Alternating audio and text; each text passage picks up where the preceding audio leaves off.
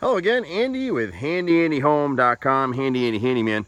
Welcome back to another quick inspection run through. Today we're out in Gainesville and we're out for the buyer's agent with Mark Spain's group. Great little neighborhood in here. And this house just has a few issues that got caught up on the inspection report. They're all fixable. We'll start with the first one. There's a lot of moisture down in the crawl space. And I don't know if you just caught the little chipmunk that was running through here, but he's actually going through this hole to the left side of the garage and going underneath the house. They ate through the little brick mold right there, so that's an easy fix. But let's start with the drainage. So the crawl space has some dirt in there that led the inspector to surmise that it's got a drainage problem. And it really, in normal weather like today, and we haven't had a lot of rain, it doesn't have a drainage problem at all. But when you get heavy rains, the water's coming down off all these neighbors across the street. You can see the slope and the pitch of the land that comes all the way through. So the water runs right down this pitch. And so really all they have to do is put some slotted drain pipe, pick up this gutter right here, this left side downspout right here, and we run slotted pipe in a gravel drain field along the side, probably 3 feet or so away from the house. And it would be enough to catch this water coming off the hill. And then we'd run that slotted drain pipe to also pick up this right rear downspout right here. Don't need splash blocks on a lot of this stuff. And then we would extend solid black pipe from this corner right here to the natural pitch of the land going this way into this drain field over here. And that really would take care of the water inside the house. This house, they knew they had a little bit of a water issue. And you can see they upgraded to 6-inch seamless aluminum gutters, which is great. They thought their drainage issue was off the house. That's only part of it. The biggest part is what was never addressed by the builder all the way out through this field. And it's only really heavy rain. So we've had some torrential downpours, and that's when it's picking up dirt and debris and it's pushing it into the crawl space. And so once we deal with that, you solve the problem. And so the other thing inside the crawl space is they got the insulation upside down. So they do have some wood fungi down there. Not really much mold. It's light treatment. It's not a huge issue with this particular house. And so you can see the pitch of the land this way, going off the back side of the crawl space. It drops off really nicely. So any water that gets out here is gone. But you see where these downspouts are? This one on the rear, it's dropping it right against the foundation. And over time, they had put in a drain line right here against the house, and it's all chopped up and broken. And so we need to go ahead and repair that. Hook it to this downspout right here, and then get it past the corner of the house, pick up this gutter as well right here, and then go ahead and drain it about 20 feet into this side yard. The new buyer will have to maintain it and just know they need to keep that clear. But once they solve that, that will solve the moisture issue inside the crawl space area. And you'll see how much dirt and debris is down here. It's really only an issue with heavy rain. So this is what the inspector saw. Some of this is insulation that's fallen down, but this dirt field in here, that's what it's from. And you can see it's bone dry today because we haven't had heavy rain. When you look up at the ceiling area, I don't know if my camera will get it. See, you've got your insulation upside down in here. But outside of that, that's probably the single biggest issue here. We got some rotted wood around.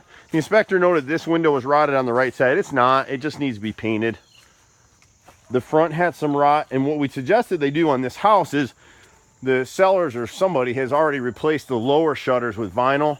Instead of trying to repair these upper wood shutters, borer bees just eat the heck out of those things. You can see how much damage is in them here and here. All 4 of them are shot. We just replaced those with vinyl, and then they'd match, and that's the end of it. The right side front window, you can see what happens a lot of times, and this may be the homeowner. They may have hired a contractor, but they puttied this window sill. This is nose and sill behind it. You can see where my finger will go right through it now. We get into this all the time, is when painters come out to paint stuff, they put putty in holes and they think it's great and they get paid and they go away.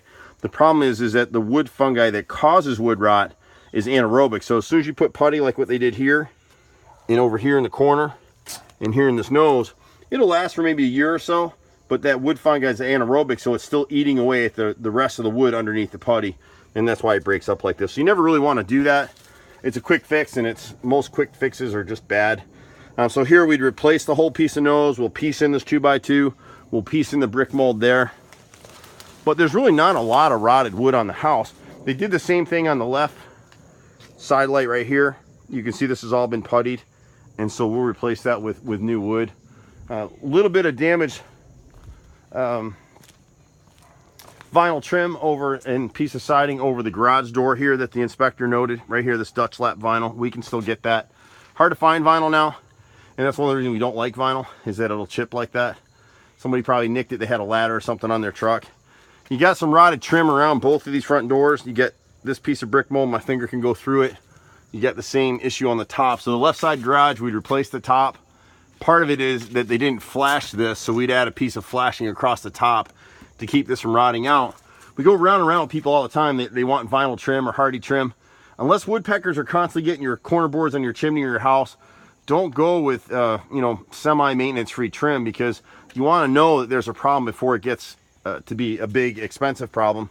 Here's our little hole that the chipmunk came out of earlier, right down here, and you can see he's dug his way under, and he's living under the garage is what he's doing. So we'll drop that back down. You may have to trap him and get rid of him.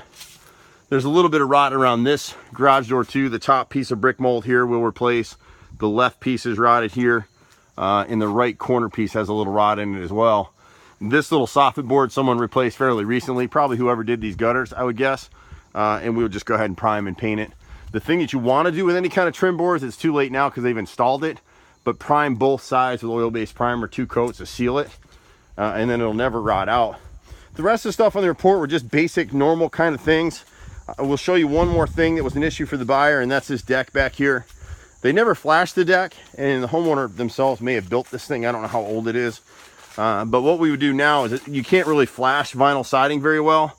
So what we end up doing is we cut into the siding and we run a pressure treated plate all the way across this edge, and it's beveled out so the water kicks away. Whatever water will drop under the deck will get caught by that drain field downstream. But that'll keep the water from getting in behind the vinyl and rotting the framing and all that stuff. There's a piece of rotted trim up on that door. We'll take care of that as well. And then a couple other things that were on the inspection report. When you've got 4x4 support posts like this, they need to be bolted, 1/2-inch bolts, 2 to a post. And then you can't set 4x4 posts on cement blocks like what they've done here. So these will have to be removed. They actually have to be set in concrete. Some of these 4x4 posts are probably going to have to be replaced because now they're cut short for what we'd be doing. At least 2 or 3 of them have to be replaced. And outside of that, that's the repairs on this house. We'll get it written up, and you can see what happens is stuff settles out over time. So this block was supporting this 4x4 when they did it, and now there's, you know, 1/4-inch gap underneath it. But really nice house. You can see they've done some stuff. They replaced this HVAC unit's pretty new. It's an upper end ream unit. We pretty much do everything. You can catch us at 770-912-2829. I'm Andy, 4th generation contractor, been out here in Atlanta 25 years. It's hard to believe we've been running this company, my brother and I. He's a master carpenter. We've got a nice crew of guys. We pretty much do everything. Just be patient with us. Again, HandyANDYHome.com, 770-912-2829. Catch you at the next house. Bye for now.